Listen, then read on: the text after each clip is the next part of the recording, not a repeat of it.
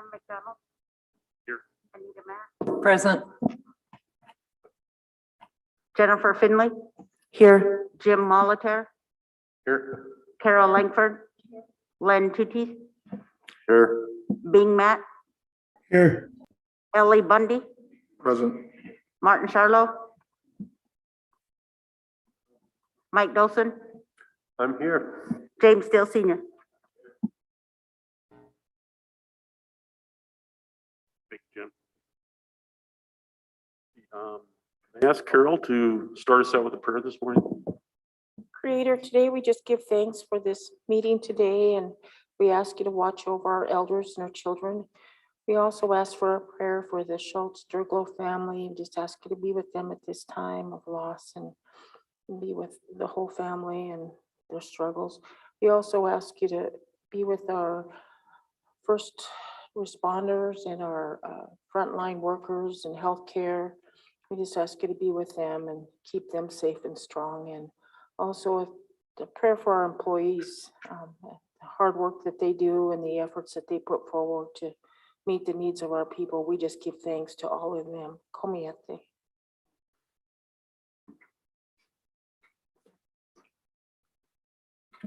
Thank you, Carol. Okay, we have our minutes from January 25th before you for your consideration. Is there any changes to the minutes anybody sees? Yeah, in the section on Sunny Lozo, it says the word violence. I think it should be violation.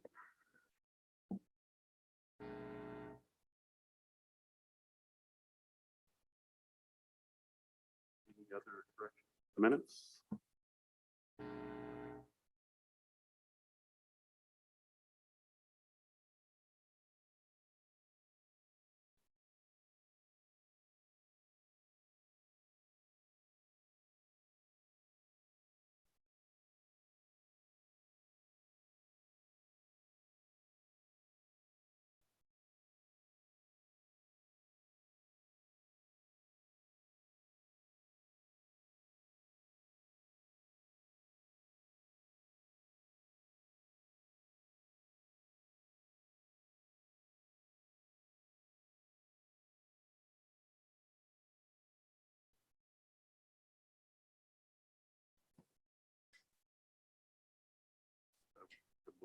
Approval? Motion to Mo- approve Motion by Carol to approve the minutes of January 25th with correction. with corrections. Is there a second? Second by Jennifer. All those in favor?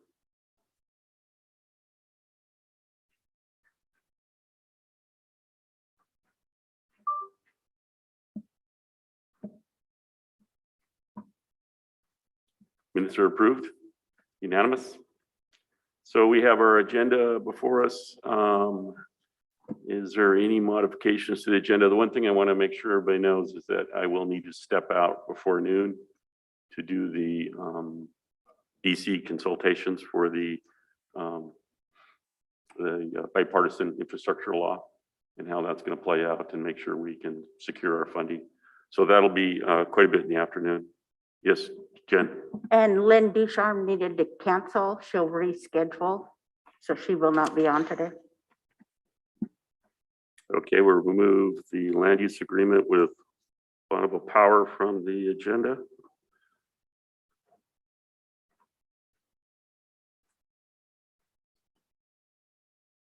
The other item would be on the interviews is I will try to monitor the council through the interviews so that I can participate in the vote. I would love to be able to participate in a discussion on the vote. So if you could delay the votes until I'm actually seated again in the presence of everybody, I'd appreciate that. If that's possible. I would, love to be able to participate, unfortunately, but I'll monitor as best I can. So thank you for that consideration. Sounds good. Any other modifications to the agenda? Update by Martin? Yeah, I'll do a COVID update. Thank you. Motion by Carol to approve the agenda, second by Anita. All those in favor?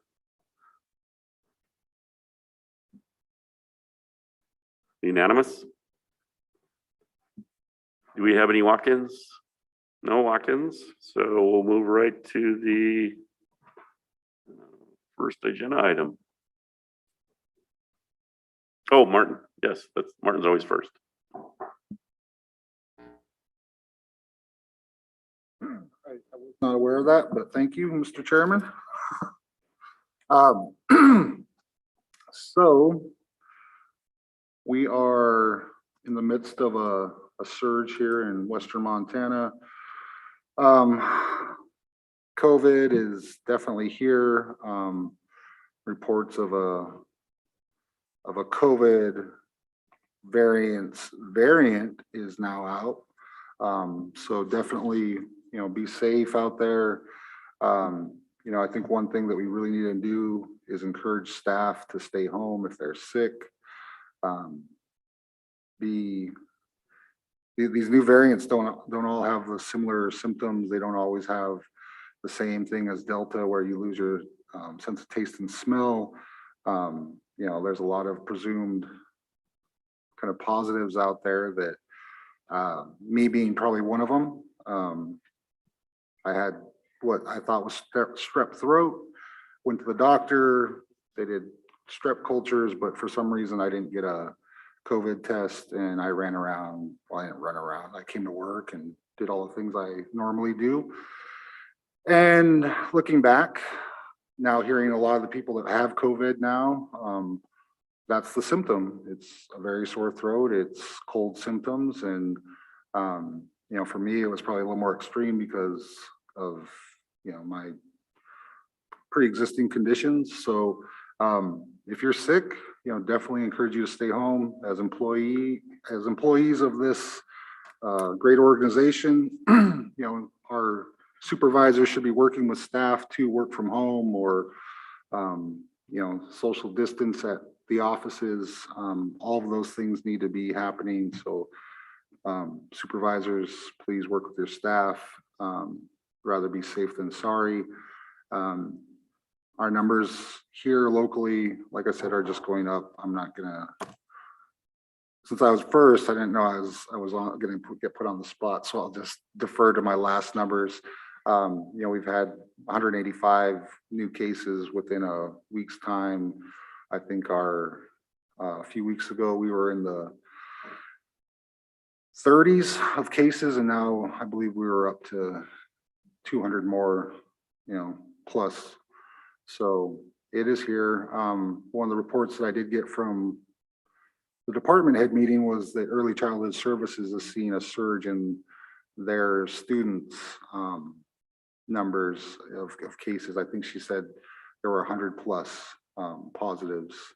And I don't know if that was a cumulative or currently, but that's definitely a huge number. So especially multi-generational homes, if you have sick people, please make sure they are isolating, and we're doing all the precautionary things, especially, I know that we all got a stimulus last week.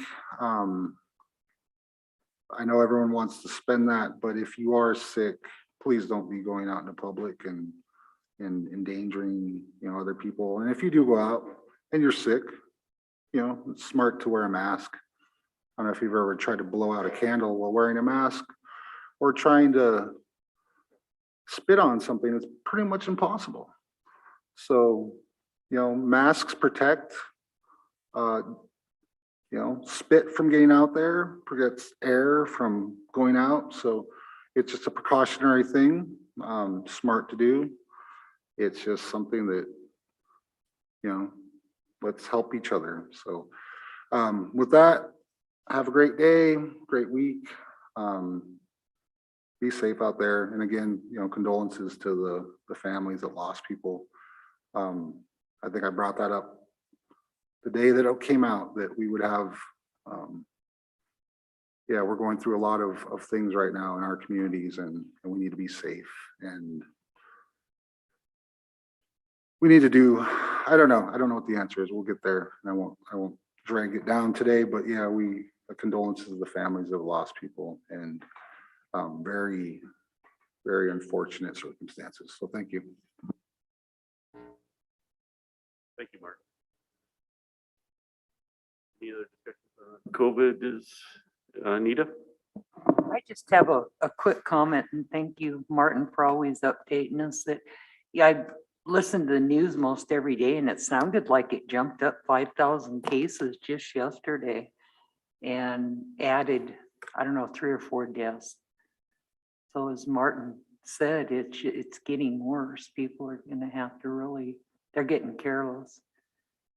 And then, of course, they're saying now, from what I've understood, that people who are getting out in that 9 months to a year, their shots are becoming, if you don't get the booster, you're jeopardizing the shots that you did take. So, but almost every day they're advertising on that news that it's growing worse. So.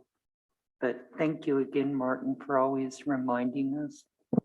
Thank you, Anita. Martin? And one thing that I neglected to say that I just actually kind of gleaned this morning was the new variants, you have a much higher chance of reinfection. I'm not, obviously I'm not a scientist. That was just what the trend is. So if you have COVID, it used to be that you kind of had a natural immunity for, who knows, 30 days, about, give or take 3 months.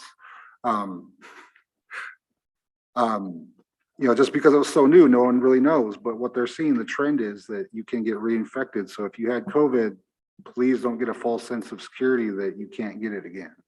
I had a friend that is in that same situation, actually tested positive, and that's really confusing as well, because it's still in your system, so you can actually test positive if you've had it, even if you don't have it. So it's just, be safe.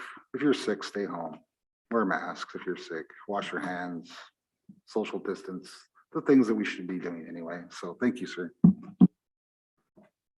Thank you, Martin. Thank you, Anita. Anita's point about checking when you were vaccinated, check to see if you can get a booster.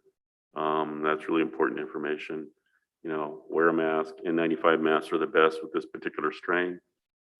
Be cautious when you go out. So, basketball game season, lots of activity, with youth and sports and school, other events that are happening. So do your due diligence, practice good hygiene.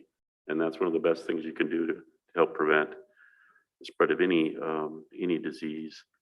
So thank you, Martin. Just jump right into NRD if they're available. If Willie's available, Jen.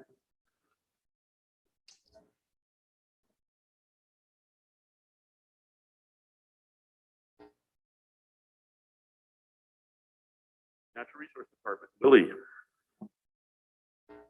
Good morning, Chairman McDonald and members of the Tribal Council. Willie Keenan, Natural Resources Environmental Protection Division.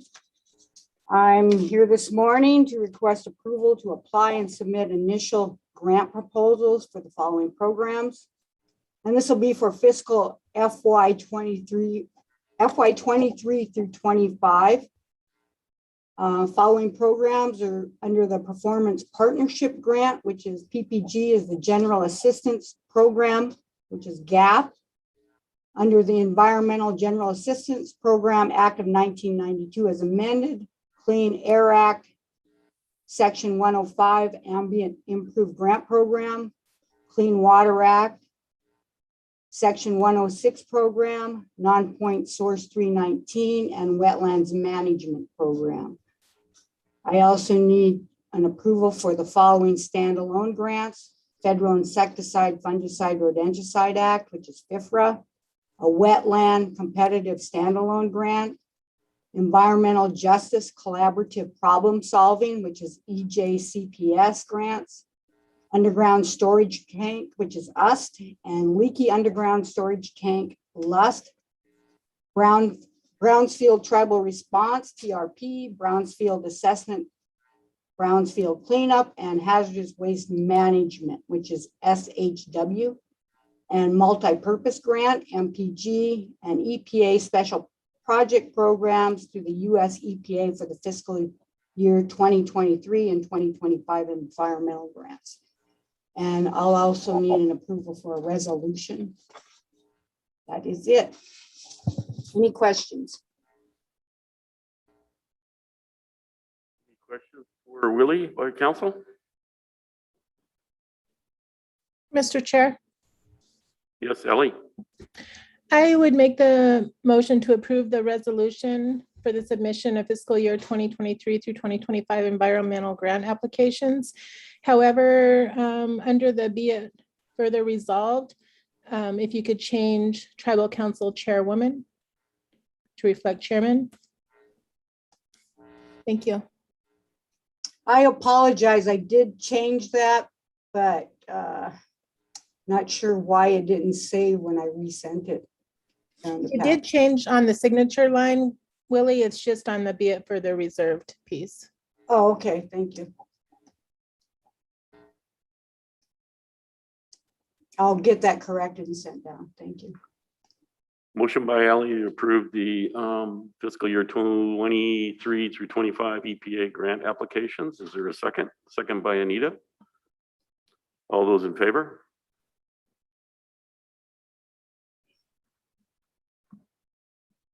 Unanimous? Thank you, Willie. Thank you. Have a good day. You too.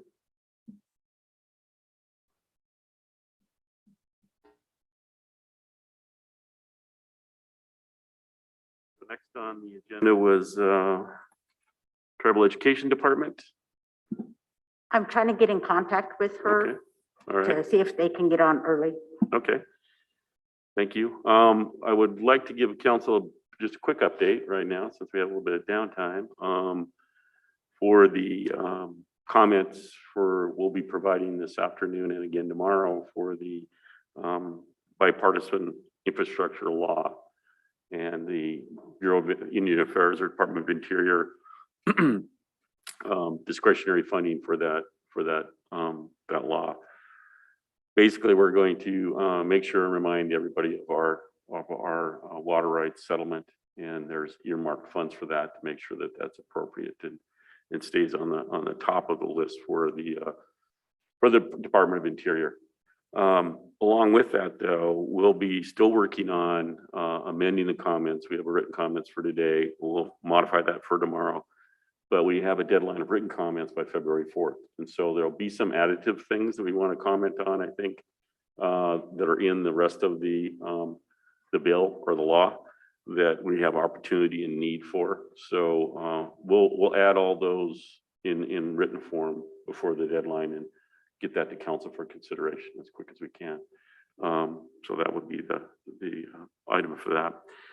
Another thing that came up was a request to participate in the Hall of Fame for the Ronan School District.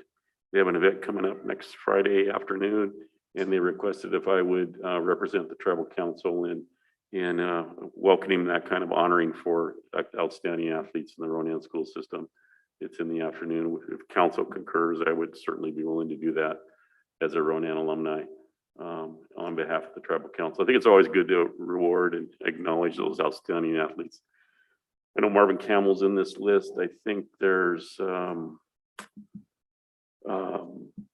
shoot, Jay Smith's sister might be in it. I can't remember. Yeah, that's it. Yeah. So there's quite a few tribal athletes that are in this, and certainly is a cool thing to do. So if that's a concurrence, I'd certainly do that. Looks like. Thank you. It starts at 2 o'clock at the Ronan Events Center, which is the big gym. I think that night they play Polson. Maybe Polson. The other item is tomorrow is the grand opening of the Thatcher Vet Clinic, which is really a nice facility. Martin has agreed to, he was going to go anyway. Martin and I were going to go, and he's going to present, you know, thank you and welcome me to our homeland of this beautiful facility. And a few other words, and then we'll have two drums, Chief Cliff and Yaman Suit. We'll have the Mission Valley Honor Guard and the Warrior Society Honor Guard there, and along with Tony and Kashola Senior, offering a prayer and a blessing for the facility. Senator Tester will be there, and of course, Senator Tester has been a really strong advocate for vets in Montana and has brought forward a lot of great increase in services. And so I'm happy to see he'll be there, and hopefully my two colleagues, Carol and Martin, can give him a big hug for me and congratulate him on a success of bringing this new facility forward to Western Montana and our veterans. I think some veterans might actually start using some of the services that are owed to them when they see a nice facility and something a little closer versus going all the way over to Helena or going up to Kalispell in that tiny little facility up there. So I think there's a new opportunity to provide an increased service to our membership that are veterans, foreign descendants, our entire community that didn't exist before. It's a beautiful facility, so it'll be nice to see it when it's open. That was the other update for everybody. So thank you for going. Okay, we'll move on to the agenda item for Michelle Mitchell and the Tribal Education Department. Thank you, Chairman McDonald. Today I have Carolyn Hall with me, and I will let her introduce herself. Carolyn, we have new counsel that haven't seen you present before, so please start from the beginning, and she will be sharing her screen throughout her presentation. Thank you.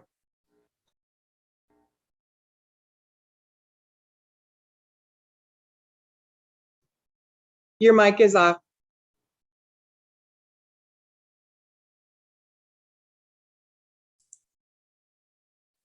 I'll try that again. Am I on now? You are, we see you. Good morning. Wonderful. Good morning.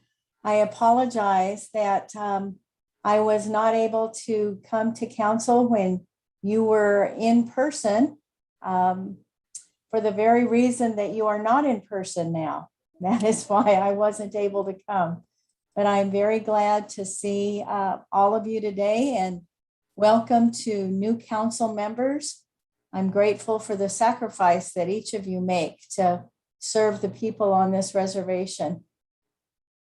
I have a report this morning for the littlest school on the far end of the reservation, which is Upper West Shore, Dayton.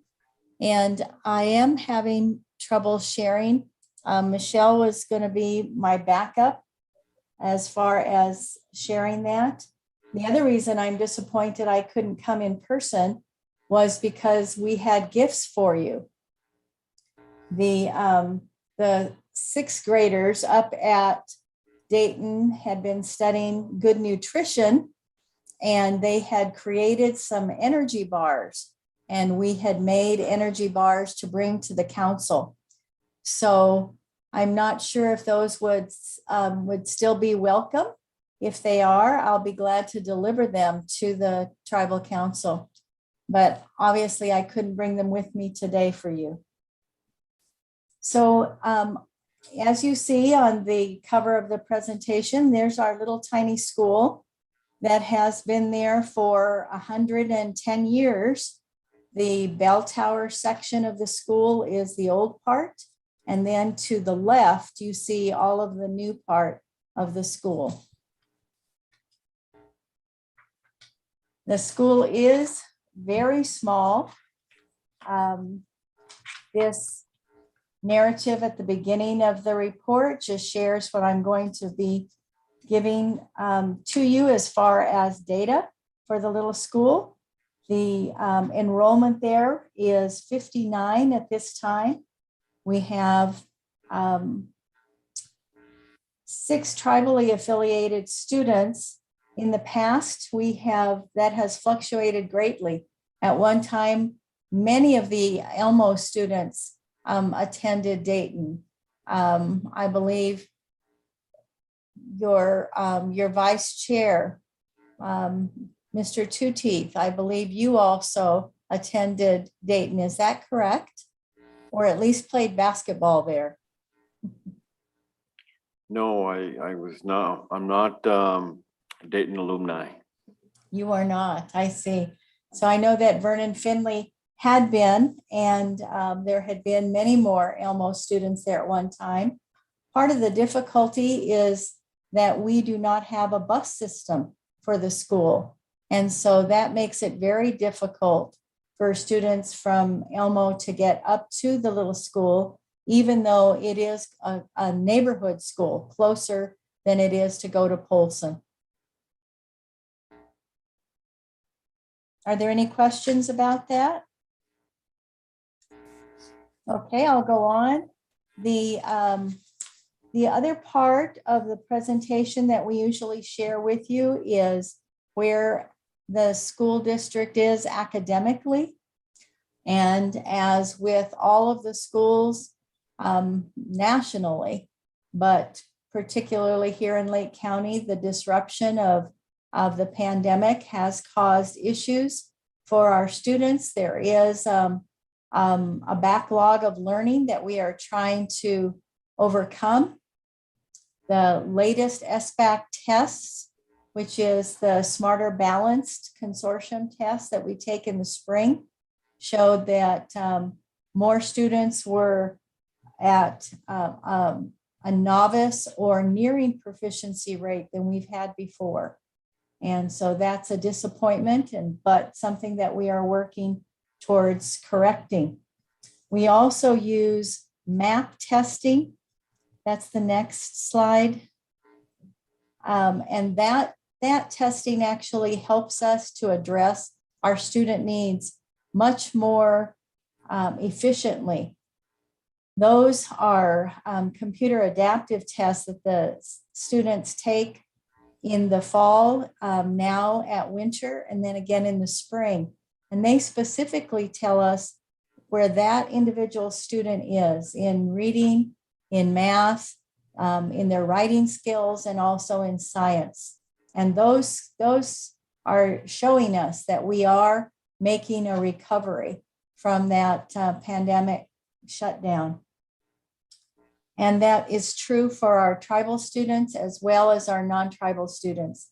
In fact, we have a stronger showing among our tribal students than our non-tribal at this point, specifically in math. They're about the same in reading and writing, but in math and science, our tribal students are showing a stronger presentation than the non-tribal students.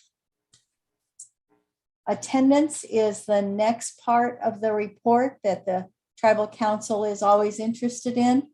Last year, we had a decline in the attendance rate. We had never dropped below 90% before until the pandemic. And last year, we were at 86.7%. This year, we're back up into the 90s, and our tribal students are actually attending at a higher rate than the average non-tribal student. Their attendance is at 93.6%. So they're attending at a higher rate. We know that that is something that we want to continue for a lifetime.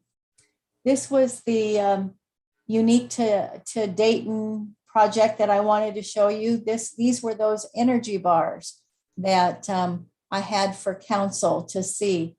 The students and I went to help the class make these energy bars after they did their unit. And we did all kinds of additions and changes, and then figured out what was the protein, what were the carbs, what was the calorie and fat content.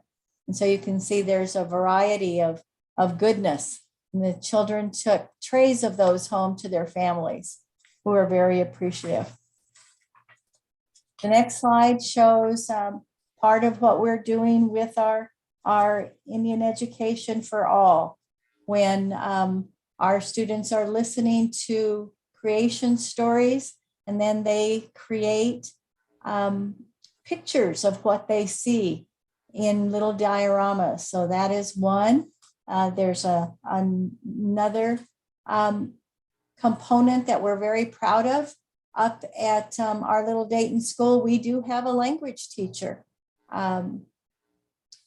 I know that Michelle was working at having a language teacher in every school on the reservation. We hired our own with the approval of the Kootenai Culture Committee. And so Barbara Barnes has been providing Kootenai language up at the Dayton School. In this particular scene, I'm showing you that even when she was off visiting her family in the state of Washington, she tuned in with the kids and still gave them their language lesson. So there was no lack, even when there was closure or she couldn't be physically with them. They have been studying traditional outfits and different designs. And so here's just a little picture of one of the children's shield and outfit that they had created. And then the next slide also shows that as they hear, have read aloud stories, again, they create these little dioramas that show what their imagination shows them might be happening in a story. So that's what I wanted to share with you this morning. Do you have any questions for me? Questions from council? Anita? Thank you for coming in today. It's a pleasure to spend the few minutes we get to each year with our schools. And you mentioned about the kids being behind, and I know that nationally they were looking at probably a good year and a half. It was really concerning that this epidemic had caused the kids to get so far behind in trying to catch them up.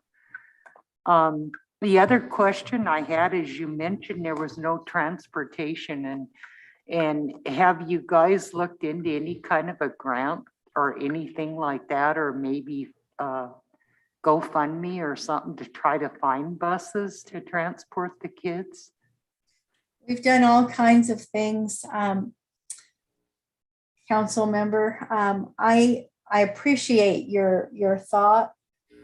Part of the issue is that once you fund an activity through a grant, then you need to sustain it.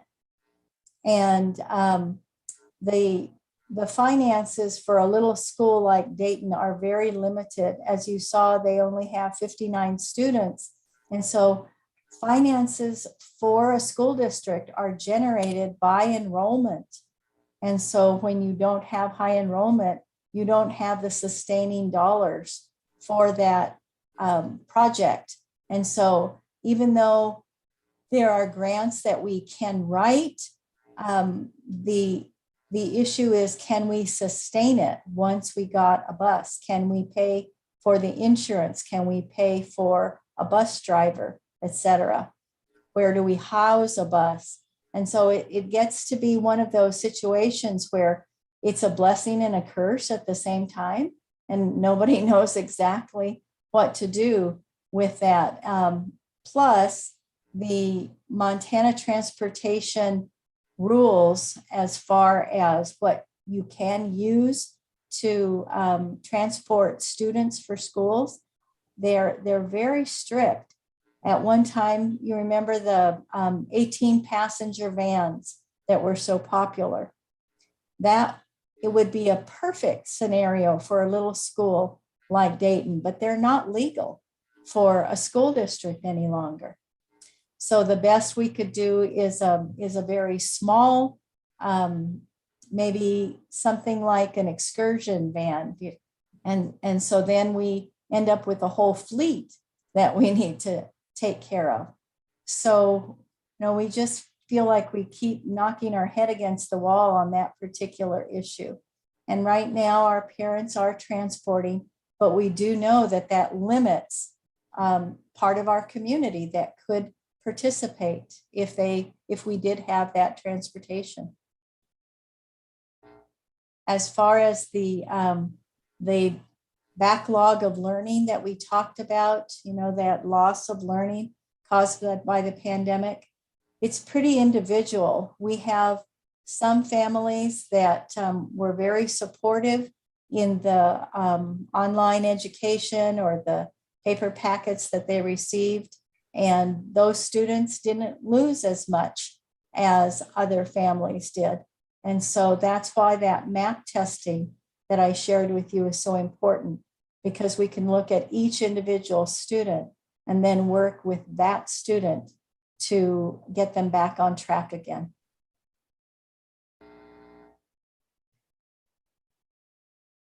Anything else? Yes, Len has something for you. All right. Thank you, Mr. Chairman and members of the council. And thank you, Carolyn, for the report this morning. I really appreciate that. I just wanted to remind council, you know, the Dayton School struggles annually with funding dilemmas. And, you know, they're very fortunate that they have a loyal staff that has opted to stay with them and continue, although there are a lot of proposed cuts that have been discussed every year. And I just really reason why I bring that up is at one time, I know the Dayton School has come forward and it has requested a donation for a few of the projects that they've identified there. And we just kind of put that on the back burner. And I think we need to bring that back up and bring that up for discussion again, and take a look at what we can do to assist the school. So, but Carolyn, thank you for bringing in the report.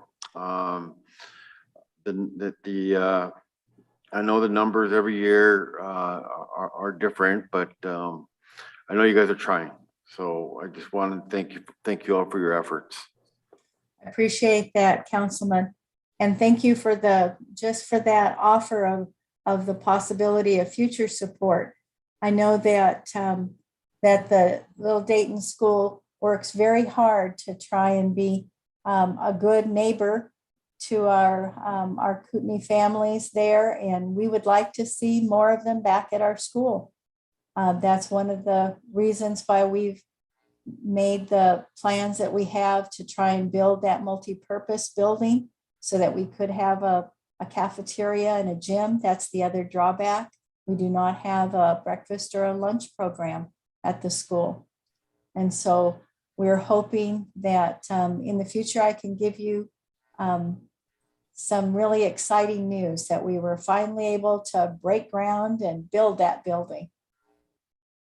Thank you. Carolyn, I have one question for you in regards to a rural public school district like this. Is there another one that does not have any bus service in the state? Yes, sir. There Yes, are. sir. Little Valley View also does not have bus service, and their parents all provide that transportation. And then there is one more that we all forget is actually in Lake County, but it's across the mountain, the Little Swan Lake Salmon Prairie School. And they also do not have bus service. Okay, thank you. Jennifer. Thank you for your presentation. Thank you, Chairman McDonald. Thank you for your presentation. I'm really pleased to hear that the tribal students in the school district and your school district are doing so well in math and science, and that they have a really high attendance rate. I'm really happy to hear that. My question is, how well, in general, how well do students from your school district transfer to the Polson School District? Do those test scores and their attendance rate tend to stay the same? Typically they do. We have worked really hard in the last couple of years, especially on those science scores, because in the communication from the Polson Middle School, where our students matriculate into, they had shared with us that that was not the case and that they were struggling with science. And so we have worked diligently to bring those scores up. As far as attendance, in some ways it becomes easier for them, because then they can hop on a bus and get to Polson once they get to the middle school level. Was there anything else? Any additional questions for Carolyn? Chairman McDonald, I have a question. Yes, go ahead, Michelle. Thank you. Carolyn, I like to ask the districts when they're presenting about the social emotional learning that goes on in your school and the supports that you have in place for our students, and particularly this difficult time during the pandemic, but overall as well, if you could speak to those things. I'd be glad to. Because our little rural schools do not have counselors at the school building, they contract with Montana Small School Alliance, which is an organization that provides professional development for them. And they provide a counselor, a licensed counselor, that then works with a target person at the school. At the Dayton school, that is their principal, Dr. Hartman. And so Darlene is taking classes with Montana Small School Alliance, as well as being able to field questions. For instance, we were just talking about attendance. At times that becomes an issue because of a situation that may be going on in a family. And she's able then to work with a licensed counselor to support an individual student and family. She also provides weekly guidance lessons for every classroom so that they are working on that social emotional development and health and strength at all times, just trying to remind all of us, but especially young growing children, how valuable they are, how needed they are, what a bright future they really can have. And so she's very good at those lessons. I've sat in on some of them, and you come out pumped and ready. So it's really very supportive atmosphere. Thank you.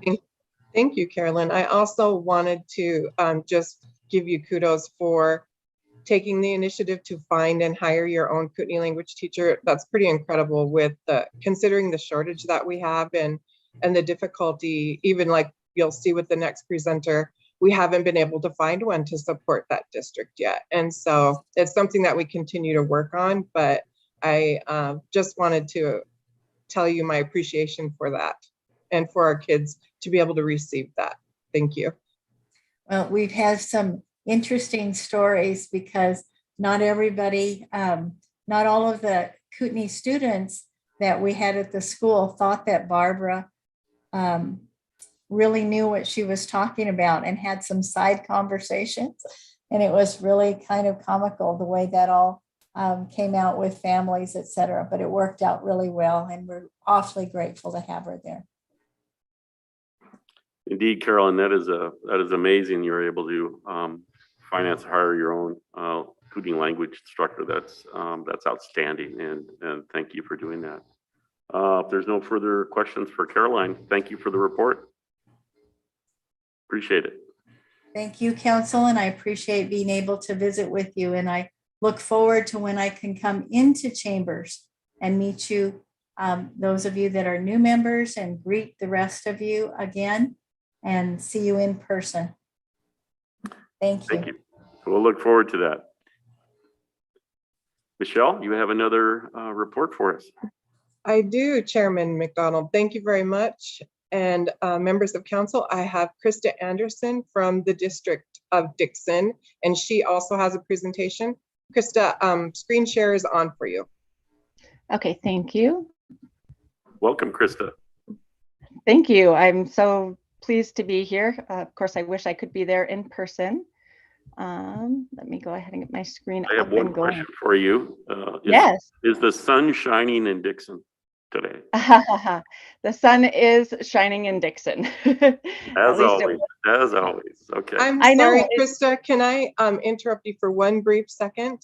Yes. I forgot that my request is for council to accept Dayton's report before we move on to Dixon's.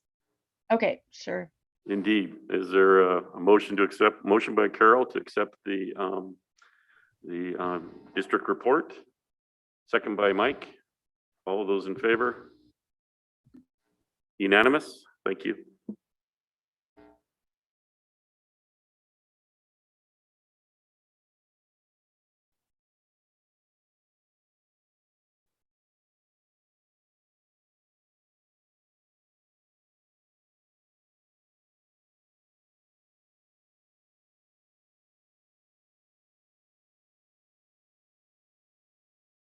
You're muted, Krista.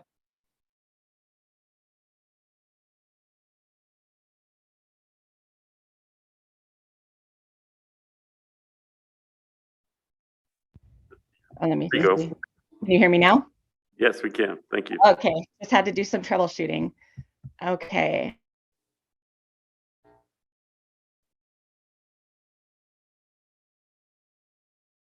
Are you able to see my slide? We are. Are you? You are? Okay, perfect. All right. So I have been the principal at Dixon for 7 years. This is my 7th year. I have loved my entire time there. We have developed collaboratively major goals that overarch everything that we do at our school. Our first goal is to communicate and ensure high expectations for all students and staff. We truly believe that all students and staff are learners every day. That includes myself. We're not learning just content and curriculum, but we're learning of each other, how to work with each other, how to look forward, how to make goals. Definitely keeping high expectations so that all students know that they can move forward towards their own goals. Our second primary goal is that we maintain student-centered instruction while learning within the context of culture. All of our students come with varied backgrounds, and it's really important for students to feel safe in sharing their stories and sharing their histories, sharing their culture, and learning of one another and of the world.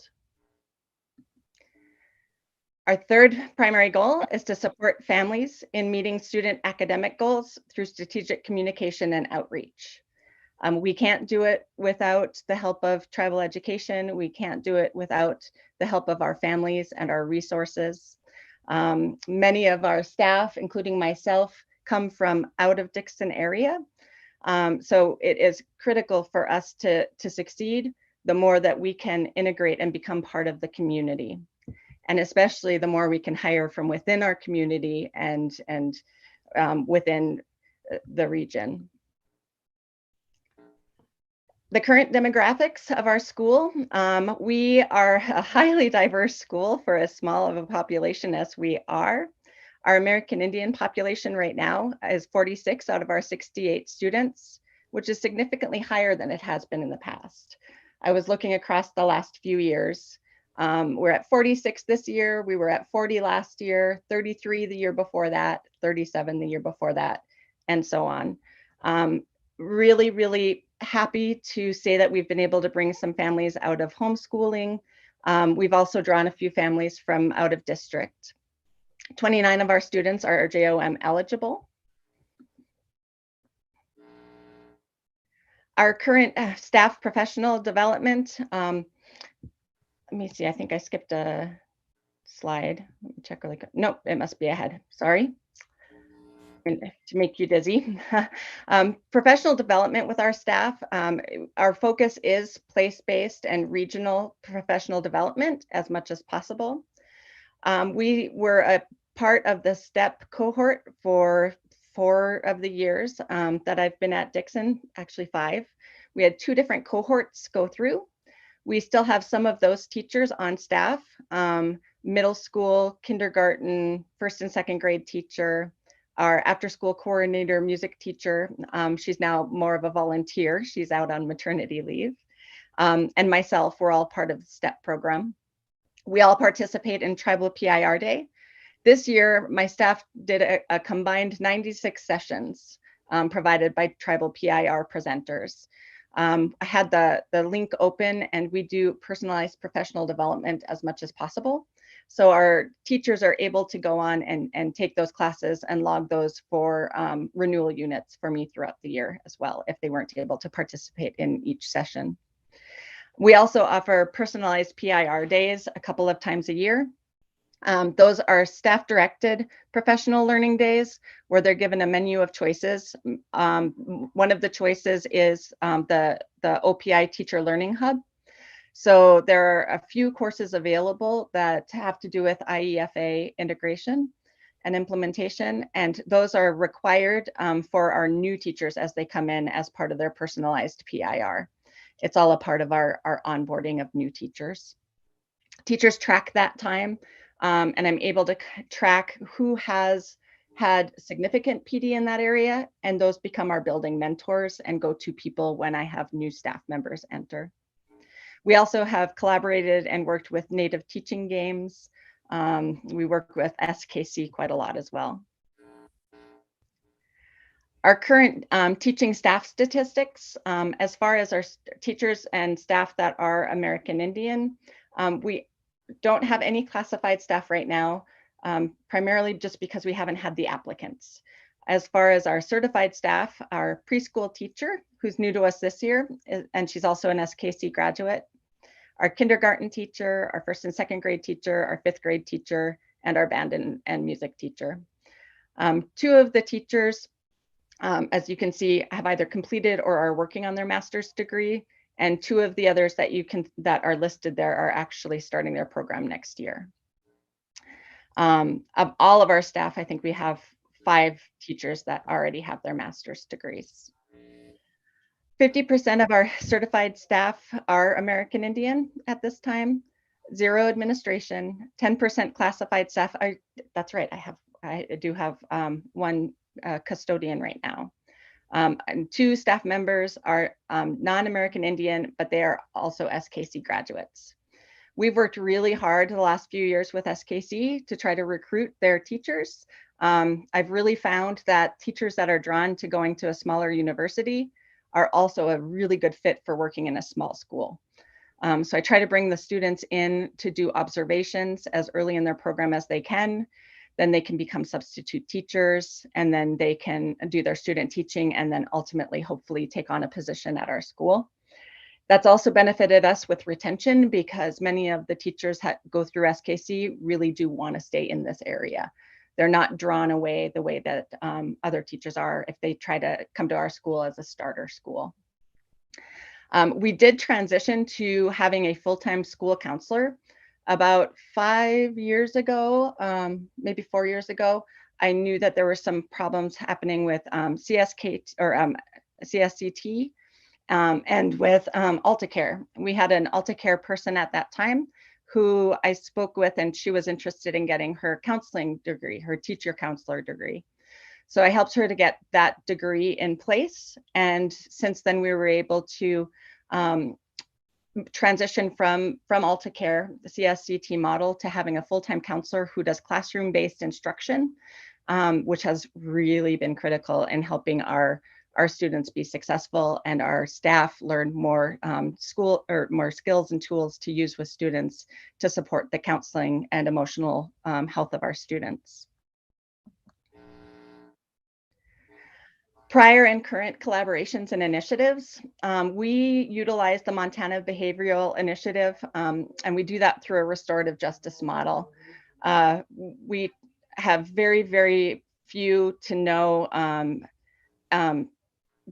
suspensions. We transitioned away from suspending students a number of years ago and really worked to keep our kids in the classroom. Otherwise, we find out that a lot of times our kids will work really hard to make choices that get them placed out of the classroom. With that, it has really, really helped get our kids to feel like they can be successful. They're part of they're part of the solution when they're working towards fixing some of their negative behaviors. As I said before, we were part of the STEP grant partnership. That was such a huge partnership for us.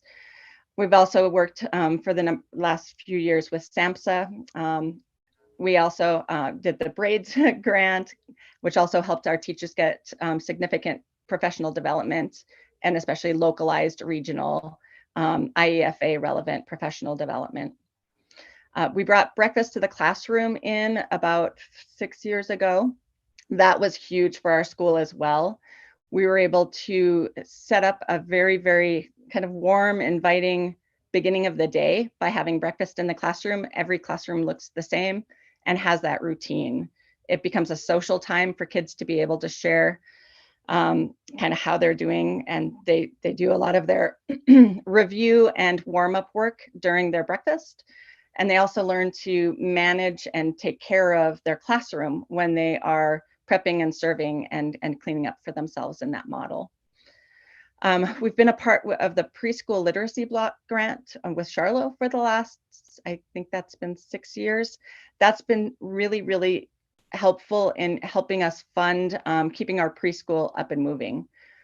The preschool was there when I got there. It has been an amazing resource to help us get our kindergarten kiddos ready, or our students ready for kindergarten. We did make a transition this year. We had offered a 3-year-old and 4-year-old preschool. This year, we did transition to just a 4-year-old preschool, primarily because it's become so popular that we had too many kids. In order to be able to keep all of the 4-year-olds in the program and not turn any away, we did limit it to just a 4-year-old preschool this year. That's also helping us with teacher retention, because not all of our certified elementary teachers are truly prepared for teaching 3-year-olds. 4-year-olds is not as big of a stretch. So I'm really curious to see how that transitions in the next couple of years. We've done significant technology infrastructure upgrades and improvements. We used to be on a T1 residential line, and we have had fiber optics at the building for the last 5 years. With that, we were able to really beef up our curriculum. We were able to get into a more blended model of learning, where students are able to access their materials both online and in person, which made it so we were a little bit more prepared for the shutdown when shutdown happened. Unfortunately, we have a lot of households that do not have technology at home. So we keep an area of our school always open for people to have access to come in and do their work at the school. Krista, Yeah. you have a fiber optic line to the school from Blackfoot Telephone? I do. We did that as part of our E-rate application about 5 years ago. I happened to be driving down the highway and I saw a post along 200 that said fiber, so I knew that they weren't that far away. So we were able to utilize our E-rate funding to put out an RFP to have fiber optics put in, and we're able to fund it through that. Okay, thank you.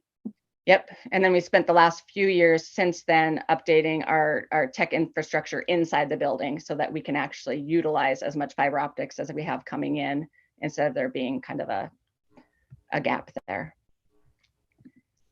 Okay. Thank you. Yep, no problem. 21st ESSER modernizations and improvements. We have received a good amount of ESSER funding. And with that, we were able to write our grant to, we didn't have hot water in our building. It's an old style boiler out in the gym. So the way that we got hot water to the main building was by running a pipe across that would bring lukewarm water to the building. So not good for cleaning, not good for washing. So part of our ESSER money is going towards actually shutting down our boiler, moving to electric heat in the main building, putting in hot water heaters.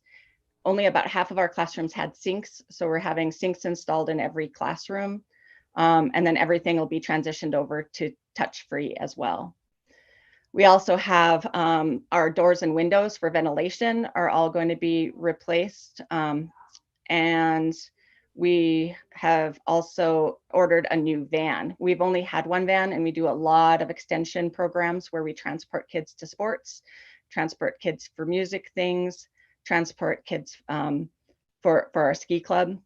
So we were able to order a 10-person van that is still being, it's a little slowed down in production. So we should be getting it in March. We've been part of the Headwaters Cultural Innovations Grant the last couple of years. That's helped us offset, once we lost the STEP extra funding, the Headwaters has kind of filled that gap for us. And historically, we've been part of the 21st Century After School Program Grant. We were not successful in that application last time. Primarily the reason why was because we had received those funds for so many years that it was determined that it needed to go to schools that had first-year programs. We have a lot of extracurricular activities at our school. Right now, we do have band 5th through 8th grade, and 100% of our 5th through 8th grade students do participate in band. 18 out of 26 of those kids are American Indian. Charlotte Athletics, we transport our kids to and from practices for basketball, football, and volleyball. And then we host our own track and cross country teams. This year, our cross country team really killed it. We have 8 out of 11 of our students are American Indian, and they broke some records. It's going to be exciting to watch them as they continue. Student council, and then we have our ski and snowboard club. I know we have more, but those are the ones that came to my mind. Student achievement, really, really proud of where we are going. Every year we get better and we get stronger. It's interesting that the area that keeps growing for us is actually the advanced end. If you take a look at this, this is from the prior, right before COVID data that was coming in. And our district is excelling in differentiating, in trying to meet the needs of our kiddos who are behind, but then also enriching and extending for our kiddos who are above without losing the kids in the middle, because they tend to fluctuate. I know that with all the extra work that we've done the last couple of years, by doing more blended learning, we're going to minimize the fact that our kids don't usually have access to computers at home. So I actually think that our scores are going to be even that much higher this year. So have to wait and see. We also did invest in, this was also ESSER funded. We updated our math program last year through ESSER funds, and we updated our English language arts program this year through ESSER funds. This is another area that we've focused really, really huge on as a district. Attendance is always tricky. We do as much as we can to try to bring our students into the school, as we even go out and pick them up throughout the day at any time during the day, because it's better to have a kid there for 3 hours than 0. That's kind of where we've at for the last few years, but especially notable. I did take just the beginning of the year until today's date and compared across each of the years. And right now we're looking pretty good again for this year, considering all of the health issues and things that we've been dealing with. We're still getting our kids to school, or at least most of them. It is always a struggle. It will always be a struggle. And it's just one that we know that we have to work together with every single day. And then another thing that we've really tried to do is be as transparent as possible with our families, with our outer community. We try to share all of the good things that are happening in Dixon, because I don't think people are aware of what small schools can do, and we can be pretty powerful. As I always tell everybody, our 70 students are just as important as the 1,500 that go to a district south of us. So put everything on Instagram, put everything on Facebook, and our website we try to keep as up to date as possible. I think all of those things also have really helped us in the recruitment of teachers, because a teacher will be looking for a job and they will often go to the district websites and resources to get a sense of the building culture. And I really truly think that putting all of that out there has helped in that area.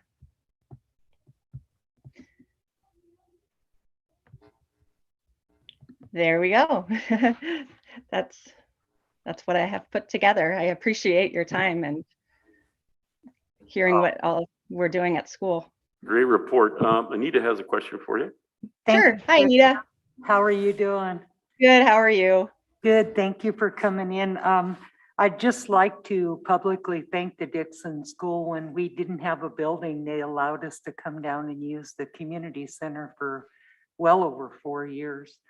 Now that we do have the building, we haven't had to request the community center there in Dixon at the school, but well appreciated. I always had the building open and tried to help us out. We always tried to clean up when we left. The other concern, of course, has been COVID. I certainly don't want to go down and infect the younger kids.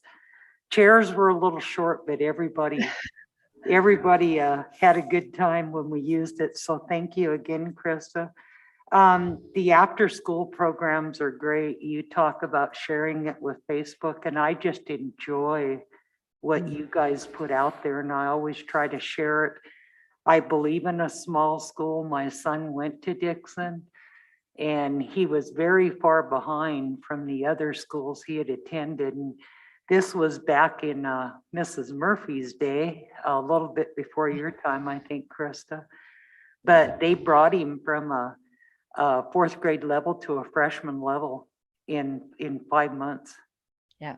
I mean, this school, they just, the one-on-one is just unbelievable. So when people say a small school can't do it, I very much disagree, and I appreciate that it's helped him to this day. I look forward to your newsletters, and at some time I'd love to come down and meet with the kids. Yes. And if there's anything I can do there, I think you have all my information. The other thing, I guess, is to pay it forward. They talked to me about at some point doing some high set courses down at the building when we got up and going. And I'd like to get that scheduled. Right now, we got DHRD who's handling the scheduling of the building, but if we ever need to get that up and going, I'd like to help you do that. Okay. Yeah, that's Great report. I appreciate it. And thank you, Krista. no problem. Yeah, I would love the help with the high set. We were so close to having that up and running. And then that was literally the March that everything shut down. And so it became hard to bring anybody in. Our counselor would like to help with that as well. But I know of at least 9 adults in our community who would like to take advantage of that right locally. Jennifer. Thank you, Chairman McDonald. Thank you so much, Krista, for your presentation. I just want to commend you that you have 100% students, 100% of your students are participating in band. I just know that that really helps with their math and science. So I think that's so awesome that you have a really strong music program there. And I also think it's great that you're actively recruiting SKC teachers. They're really producing some good teachers there. So I'm really happy to hear that. And I just had one question. I don't know if you or Michelle can answer this. So at 46% Native students, does Dixon have the highest percentage of Native students out of all the school districts on the reservation except for Tuigo and Nkusum? No, but they're close. They're up there. Probably second or third.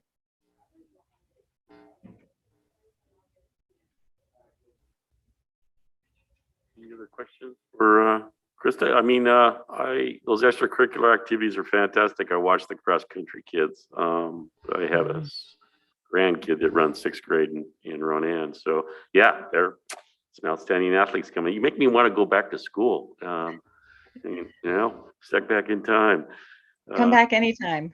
Okay.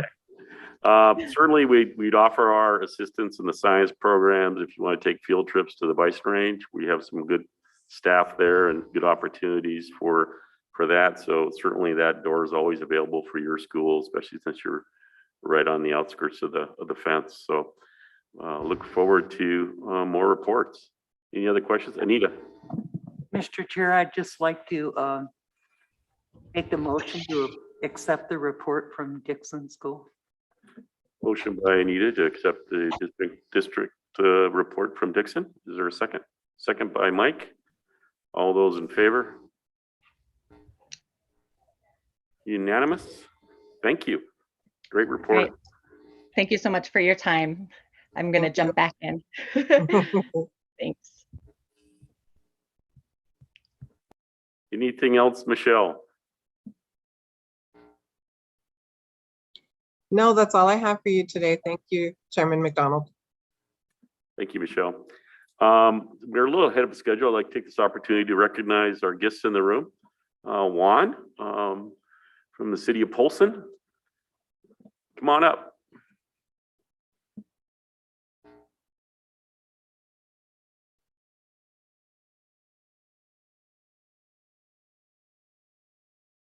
Good morning, and Chair McDonald, and special salutations to those that are new as and present with the Tribal Council on this day. We certainly appreciate your fine and high-quality leadership. Today, we decided to visit with you because we think that it is super important that we maintain our levels of communications between our two groups to be seamless and always on point. It turns out that we now have the pleasure to have a new code enforcement. And so we interact very closely with you, with your code enforcement as a counterpart. So I wanted to take that opportunity today to introduce and have him give you a little bit of background as far as where he's coming from and some of his ideas to help improve our interactions and activity for this spring, summer, and forward. Good morning. Chairman McDonald, it's an honor and privilege to be here. And I've been an Illinois State Trooper for the last 25 years. I also worked at the University of Notre Dame for 2 years and been in law enforcement for 28 years. And through that time and working in different communities, it was always important that we had open lines of communication. And that was the most important thing as far as working with anyone. And as a new Montanan, I just moved here in the fall, so there's so much for me to learn about CSKT and the council and everything that goes around in Polson. So I'm going to do as much listening as I can and learn from you. And that's the most important thing for our relations to be very good. And I'll do whatever it takes to work with anybody to make things smooth. Thank you. We really appreciate that. And we have a lot of excellent staff that can help provide you information. And any questions you have, we'd be just more than happy to provide those answers and have a continuing dialogue. And yeah, seamless management and cooperation is great. We really appreciate that. I look very forward to being and working and being the communications person for you. Thank you very much. Thank you. Thank you, Juan.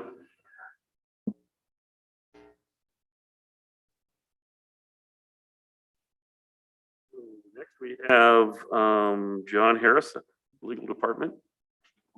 Yes, they're all still trying to log on. If you guys want to take a quick 5-minute break. So perfect. We'll take a quick 5-minute recess.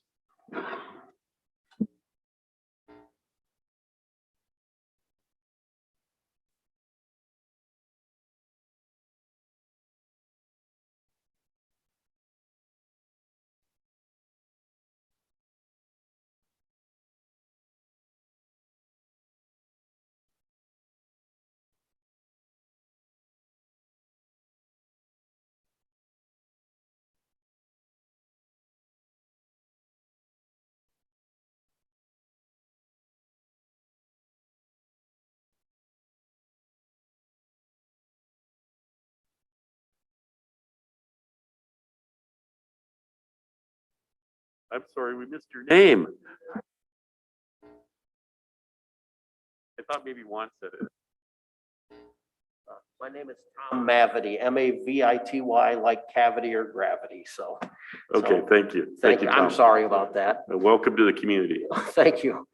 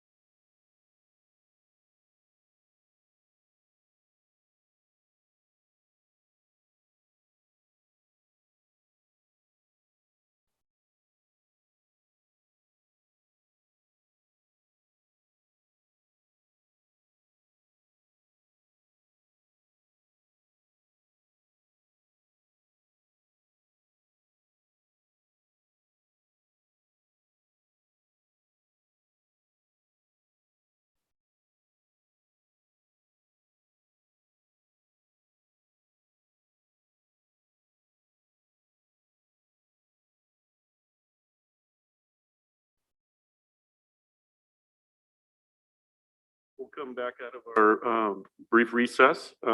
Len, you have something for us? Thank you, Mr. Chairman and members of the council. I just wanted to do a brief announcement here. Last week, I informed council of a property that has come up for sale that the owners would like the tribes to take a look at. Tomorrow, we are going to take a tour of that property. This is the property that's located in Mission. I think it was a 10-room house that sat on 17 acres. That would be, that would be ideal for multiple uses. So we've scheduled a time for tomorrow at 11 o'clock. There will be some staff from Tribal Health and staff from DHRD that will also be in attendance with that. So just wanted to let you all know. Thank you. Martin? I'll be unable to attend. I'll be in Missoula. One thing that I thought about, I apologize, I should have brought up when we mentioned it. I want to say, when we're looking at the homelessness issue, I thought we looked at this. So maybe to get with Jody at housing, they might have even done an inspection. Do you remember that, Anita? This property, I think that, so there might have been just an inspection or something. I think I remember this, I believe. We looked at so many properties that I could be mistaken. Can I mention one more thing on housing? Yes, Carol, go ahead. Quickly, yeah, I seen the email traffic between Mark Couture and Beans Lensbigler, Geraldine. I reached out to Bob Gochi and Jason to see if they know of anybody else in HUD that we can contact to try to expedite the process of those foreclosure homes. I mean, they usually have contacts that they know of. So I've reached out to them and sent them the email, and so hopefully we can get something moving on that. Good. All right. Thank you, Carol. That's good. Okay, so now we have John Harrison up, and I believe we're going to go into executive session for this